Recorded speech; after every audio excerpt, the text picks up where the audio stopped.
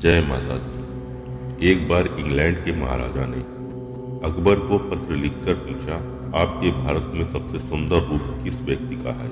तब अकबर विचार करने लगा, सबसे सुंदर रूप किसका हो सकता है। तब तानसेन उनके नजदीक बैठे थे।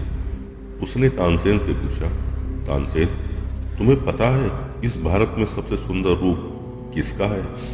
तब तानसेन कहने लगे, हमारे भारत में सबसे सुंदर रूप तो वृंदावन के ग्वाले का है।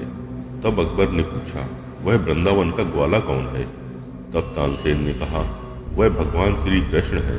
इस प्रकार पत्र में भगवान श्री कृष्ण का नाम लिखकर अकबर ने वह पत्र इंग्लैंड की ओर रवाना कर दिया। समय बीतता गया।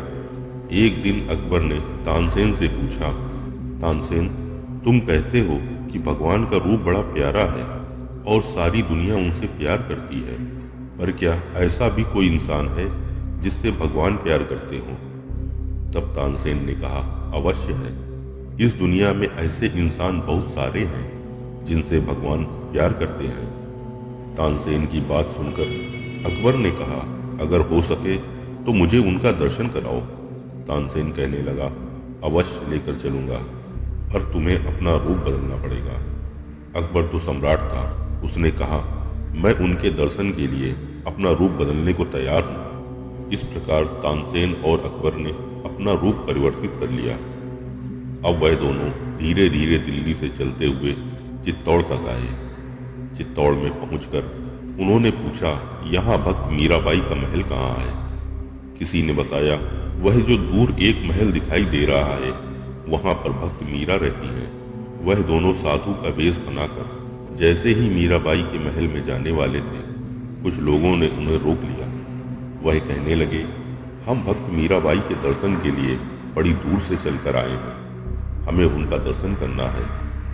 तब महल के बाहर खड़े सैनिक ने कहा, अरे मीराबाई यहाँ नहीं रहती है, वह तो सारा दिन गिरधर गोपाल के मंदिर में पड़ी रहती है। तुम्हें उनका दर्शन करना है तो वहां चले जाओ। सिपाही की बात सुनकर अकबर और तानसेन गिरधर गोपाल के मंदिर में आए। जैसे ही वे मंदिर में जा रहे थे, उन्होंने देखा एक छोर पर बैठी मीरा अपने आंखों में आंसू बहा रही हैं। उनकी यह विरह अवस्था देखकर अकबर दंग रह गया। वह मीरा का तेज देखकर हैरान हो गया। वह सोचने लगा, एक साधारण इंसान में इतना तेज कैसे हो सकता है। पर तानसेन की बात मानकर वह कोने में बैठ गया। थोड़ी देर गुजरी, मीरा के नेत्र खुले। उसने देखा, दो साधु मेरे पास आए हैं। बड़े इज्जत मान के साथ मीरा ने उन दो साधुओं की सेवा की। अकबर तो शांत रहा, परंतु तानसेन ने कहा, मुझे भजन गाना आता है, क्या मैं आपके गिरधर गोपाल को एक भजन सुना सकता हूँ। तब मीरा ने कहा, अवश्य सुनाइए। तब तानसेन ने एक बड़ा ही सुंदर भजन गाया। उस भजन को सुनकर मीरा और अत्यधिक प्रसन्न हो गई। वह कहने लगी, आप दोनों कुछ समय यहीं विश्राम कीजिए। तब वह कहने लगे, नहीं, अभी तो हमें जाना है, हम पुनः फिर कभी आपके गिरधर गोपाल के दर्शन करने आएंगे। जब वह दोनों वहां से जाने लगे, तब अकबर के मन में एक विचार आया। उसने गले की महंगी से महंगी मोती की माला उतार कर गिरधर गोपाल को भेंट करने की कोशिश की। तब मीरा कहने लगी, अरे इसकी आवश्यकता नहीं है, मेरे गिरधर गोपाल को सिर्फ भक्ति और प्रेम चाहिए। तुम यह मणिकों की माला अपने साथ वापस लेकर जाओ। तब अकबर जिद करता हुआ कहने लगा, मेरी इच्छा है मैं इसे भगवान गिरधर गोपाल के श्री चरणों में भेंट करूं। इस प्रकार वह गिरधर गोपाल को अपनी माला चरणों में भेंट कर वापस चला गया। थोड़ी देर बाद भक्त मीरा ने उस माला को सफाई कर भगवान श्री कृष्ण के हाथों में चढ़ा दिया। जब वह माला भगवान श्री कृष्ण के अंगों पर चढ़ी, तब कहते हैं उसे देखने के लिए बहुत से लोग आने लगे। इतने में मीरा की ननद ऊधा बाई भी वहां आई। जब उसने ये महंगी मणिकों की माला देखी, वह हैरान हो गई। वह सोचने लगी, अवश्य कोई राजा यहाँ पर आया है, हो सकता है मेरी भाभी का किसी राजा के साथ गलत संबंध हो। ऐसा सोचकर वह अपने भाई के पास गई। राणा विक्रम को जाकर बताने लगी कि मैंने देखा है, अभी अभी कोई व्यक्ति मीरा की गिरधर गोपाल को माला चढ़ा कर गया है। आप जाकर पता लगाओ वह कौन है। अब राणा विक्रम तो वैसे ही मीरा से द्वेष भाव रखता था। वह जल्दी से गिरधर गोपाल के मंदिर में आया और जब उसने वह मोतियों की माला देखी, जैसे ही वह माला के नजदीक जाने वाला था, पहले तो उसने उस माला को खींचने का प्रयास किया, पर अचानक से वह माला टूटकर स्वयं ही मीरा के नजदीक आकर गिरी। राणा विक्रम इतना मूर्ख था कि यह चमत्कार देखने के बाद भी उसका मन भक्ति से भरा नहीं। उसने वह माला मीरा के हाथ से खींच ली और उसे अपने महल में लेकर आया। जब उसने महल में आकर उस माला को देखा, माला को देखकर हैरान हो गया। उसके हर मोती पर अकबर का नाम लिखा हुआ था। वह मन से क्रोधित हो सोचने लगा, लगता है हमारे महल की महारानी मीराबाई हमारे दुश्मनों से मिल गई है, इसीलिए उसने अकबर की यह माला स्वीकार कर ली है। क्योंकि उस समय राजपूतों और मुगलों का आपस में बड़ा ही युद्ध चलता रहता था। इस हार को देखकर राणा का क्रोध और अधिक बढ़ गया। अब उसने विचार किया, मैं अब मीरा को यहाँ से भगा दूंगा या तो उसे मारकर समाप्त कर दूंगा, क्योंकि पहले भी उसने बहुत बार प्रयास किए थे मीरा को मारने के लिए। एक बार उसने एक टोकरी में बिस्तर सांप डालकर भेजा था और उससे कहा था कि मीरा को जाकर कहना यह शालिग्राम है। जैसे ही मीरा ने उस टोकरी को खोला, वह बिस्तर सांप शालिग्राम के रूप में परिवर्तित हो गया था। राणा को यह बात पता थी कि मेरा कोई भी प्रयास सफल नहीं जाएगा, इसीलिए उसने बड़ी युक्ति से एक उपाय निकाला। उसने मन में विचार किया कि जो गिरधर गोपाल है वही मीरा की शक्ति है। क्यों न गिरधर गोपाल की मूर्ति को ही मंदिर से निकालकर नदी में फेंक दिया जाए। जैसे ही वह मंदिर डूब जाएगी, उसे देखकर मीरा भी अपने प्राणों को नदी में समाप्त कर देंगी। ऐसा विचार कर वह क्रोधित हो मीरा के मंदिर में आया और उस मंदिर में पहुंचते ही उसने गिरधर गोपाल की मूर्ति को अपने हाथ में पकड़ा। पहले तो बहुत प्रयास किया कि मूर्ति को निकालने का, पर मूर्ति टस से मस नहीं हुई। फिर पुनः क्रोधित हो उसने 3-4 सैनिकों को और लगाया। तब उन्होंने मिलकर उस मूर्ति को मंदिर से निकाला, चित्तौड़ के तालाब में फेंक दिया। जैसे ही वह मूर्ति फेंकी गई, मीरा के प्राण तो कंठ में आ गए। बिना भगवान के भक्त कैसे रह सकता है। कहते हैं जिस तालाब में वह मूर्ति फेंकी गई, उसी तालाब में मीरा ने भी छलांग लगा दी। जैसे ही मीरा ने उस तालाब में छलांग लगाई, कहते हैं गिरधर गोपाल की मूर्ति मीरा के हाथों में आ गई। अब एक चमत्कार हुआ। वह इतना अलौकिक चमत्कार था जिसके विषय में राणा ने भी सोचा नहीं था।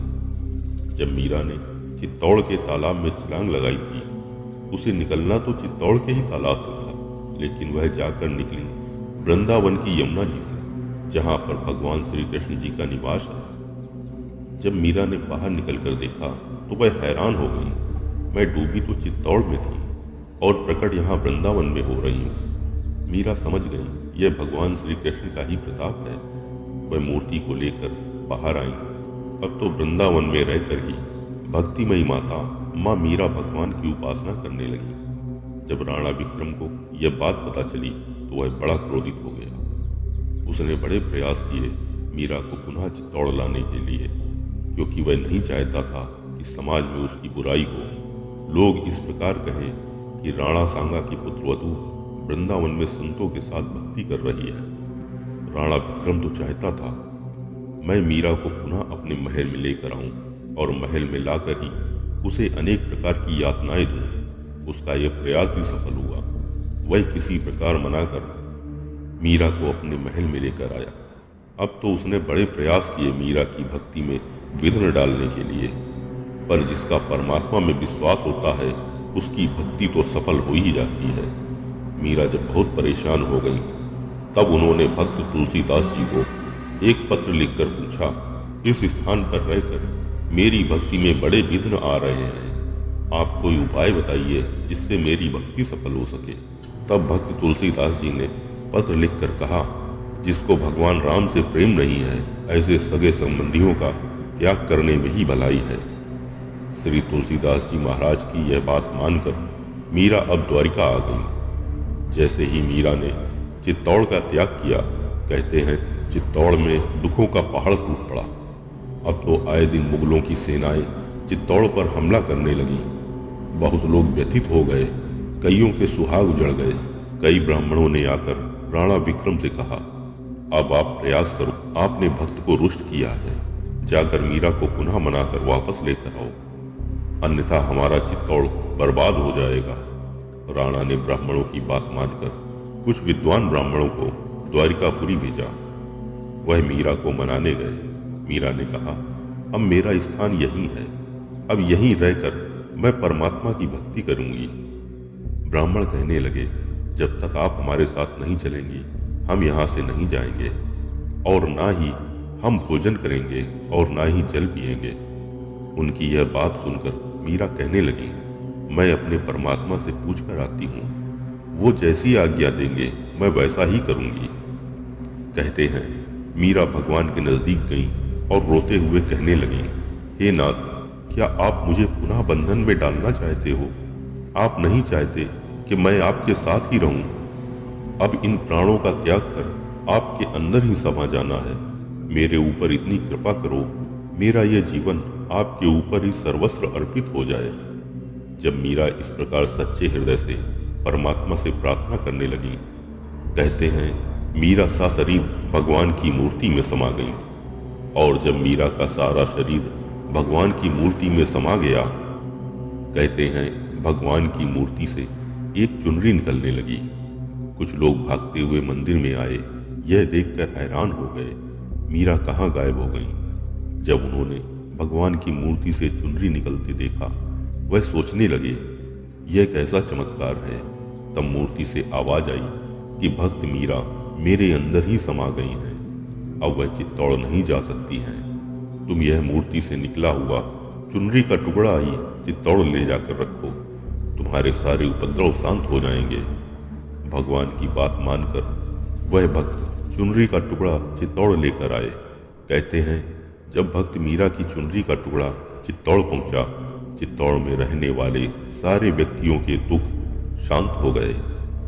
तो अपने भक्त को परमात्मा ने अपने अंदर ही समाहित कर लिया। जो सच्चे भक्त होते हैं वो परमात्मा से दूर नहीं हो पाते हैं। तानसेन ने जब यह सारी बात अकबर को बताई तो अकबर भी यह सुनकर हैरान हो गया कि परमात्मा की मूर्ति में ही मीरा का समावेश हो गया।